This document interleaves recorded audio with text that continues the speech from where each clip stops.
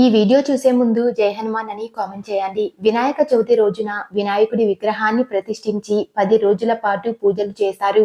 మరికొందరు ఇంట్లో గణేశుడి విగ్రహాన్ని ప్రతిష్ఠించి 1, 3, 5, 7 లేదా 9 రోజుల పాటు పూజిస్తారు. మరికొంతమంది నవరాత్రి ఉత్సవాలను నిర్వహించి 11వ రోజున నిమజ్జనం చేశారు. అయితే గణపతి నిమజ్జనం చేసేటప్పుడు ప్రతి ఒక్కరూ ఖచ్చితంగా కొన్ని నియమాలు పాటించాలి. అప్పుడే మీరు పూజించిన గణపతి సంతోషపడి మీ ఇంటిపై కనక వర్షాన్ని కురిపిస్తాడు.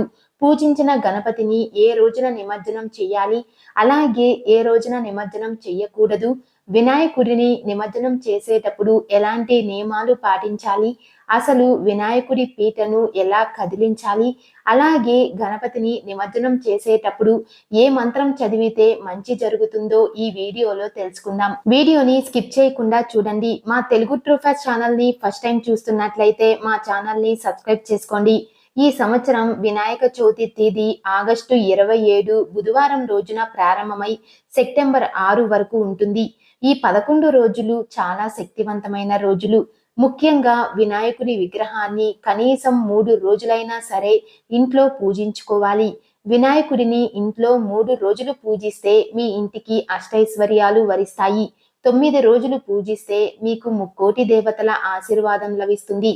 ఈ విధంగా ఎన్ని రోజులైనా సరే వినాయకుడిని పూజిస్తే మంచిది. వినాయకుడు మీ ఇంట్లో ఉన్నన్ని రోజులు ప్రతిరోజు దీపారాధన చేసి ఖచ్చితంగా 2 పూటల స్వామివారికి నైవేద్యం సమర్పించాలి. అప్పుడే మీ పూజకు రెట్టింపు పుణ్య ఫలితం లభిస్తుంది. ప్రతిరోజు నైవేద్యాన్ని సమర్పించలేని వాళ్ళు కనీసం ఒక బెల్లం ముక్కను అయినా నివేదిస్తే చాలా మంచిది. మీ ఇంట్లో ఉన్న గణపతి విగ్రహాన్ని నిమజ్జనానికి తీసుకెళ్లే ముందు స్వామివారి విగ్రహాన్ని మీ కుడి చేత్తో పట్టుకొని 3 సార్లు కదిలించాలి. పూజలో ఉన్న ఆకులను, పూలను కూడా తీసి స్వామివారితో నిమజ్జనం చేయాలి. అయితే పూజలో పెట్టిన పాలవెల్లిని మరొక పూజకు ఉపయోగించకూడదు, లేదా పాలవెల్లిని కూడా నదిలో నిమజ్జనం చేయవచ్చు. అయితే మన ఇంట్లో ఉన్న గణపతి విగ్రహాన్ని తీయాలంటే సాయంత్రం 6 గంటల నుండి 9 గంటల సమయంలో స్వామివారికి దీపారాధన చేసి విగ్రహాన్ని నిమజ్జనానికి తీసుకువెళ్ళవచ్చు. ఇక వినాయకుని పూజలో పెట్టిన బియ్యంతో పరమాన్నం తయారు చేసి ఇంట్లో ఉన్న ప్రతి ఒక్కరూ ప్రసాదంగా స్వీకరించాలి. అలాగే కొన్ని బియ్యంతో అక్షంతలు తయారు చేసి మీ పూజ గదిలో పెట్టుకోండి. మంగళవారం, శుక్రవారం రోజున గణపతి నిమజ్జనం చేయకూడదు. ముఖ్యంగా మనం పూజించే గణపతిని నదిలో నిమజ్జనం చేస్తేనే మంచిది. అలా వీలు కాకపోతే మన ఇంట్లోనే నిమజ్జనం చేసుకోవచ్చు. వినాయకుని విగ్రహాన్ని మగవారు నిమజ్జనం చేస్తేనే చాలా మంచిది. వినాయకుడిని పూజించడం ఎంత ముఖ్యమో నిమజ్జనం కూడా అంతే ముఖ్యం. మీ గణపతిని నిమజ్జనానికి తీసుకెళ్లే ముందు ఇంట్లో ఉన్న ప్రతి ఒక్కరూ స్వామివారికి నమస్కారం చేసుకొని 9 గుంజిళ్లు తీయాలి. 9 రోజుల పాటు ఇంట్లో వినాయకుడిని పూజించడం కుదరని వాళ్ళు మీ ఇంటి దగ్గరలో ఉన్న గణపతి విగ్రహానికి మీ శక్తి కొలది నైవేద్యాలను సమర్పించండి. అయితే గణపతికి సమర్పించే ఒక్కో నైవేద్యానికి ఒక్కో ప్రతిఫలం ఉంటుంది. వినాయక చవితి రోజున అంటే 1వ రోజున ఇంట్లో పూజ చేసేటప్పుడు ఖచ్చితంగా 3 రకాల నైవేద్యాలు ఉండాలి. తప్పనిసరిగా ఉండాల్సిన నైవేద్యాలు ఏమిటంటే కుడుములు, ఉండ్రాళ్ళు, పరమాన్నం. ఇక 2వ రోజున ఉదయం దీపారాధన చేసి అటుకులను నైవేద్యంగా సమర్పించాలి. అటుకులు నైవేద్యంగా పెట్టిన వారికి ఆకస్మిక ధనలాభం వరిస్తుంది. 3వ రోజున పేలాలను నివేదిస్తే అప్పుల సమస్యలన్నీ తొలగిపోతాయి. ఇక 4వ రోజున చెరుకు గెడలు సమర్పిస్తే అనవసరపు ఖర్చులు తగ్గి డబ్బు పొదుపు చేస్తారు. 5వ రోజున కొబ్బరితో తయారు చేసిన తీపి పదార్థాలను నైవేద్యంగా సమర్పిస్తే మీ ఇంట్లో వారికి ఎలాంటి అనారోగ్య సమస్యలు రాకుండా జీవితాంతం ఆయురారోగ్యాలతో జీవిస్తారు. ఇక 6వ రోజున నువ్వులతో తయారు చేసిన నైవేద్యాన్ని సమర్పిస్తే 7 తరాల ఐశ్వర్యం మీ ఇంటికి వరిస్తుంది. దీంతో మీ ఇంట్లో డబ్బు కష్టాలే ఉండవు. 7వ రోజున అరటి పండ్లను సమర్పిస్తే స్త్రీలకు దీర్ఘ సుమంగళి ప్రాప్తి వరిస్తుంది. 8వ రోజున సత్తు పిండిని సమర్పిస్తే మీ పిల్లల భవిష్యత్తు బాగుంటుంది.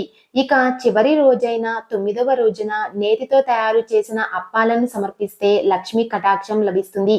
ఈ విధంగా మీకు ఉన్న సమస్యలను బట్టి మీ దగ్గరలో ఉన్న వినాయకుడి విగ్రహానికి ఈ 9 రోజుల్లో కనీసం ఏదో ఒక రోజున నైవేద్యం సమర్పించి స్వామివారి కృపను పొందండి. సాధారణంగా వినాయకుని నిమజ్జనం 1వ రోజున, 3వ రోజున, 5వ రోజున, 9వ రోజున లేదా 11వ రోజున చేసుకోవచ్చు.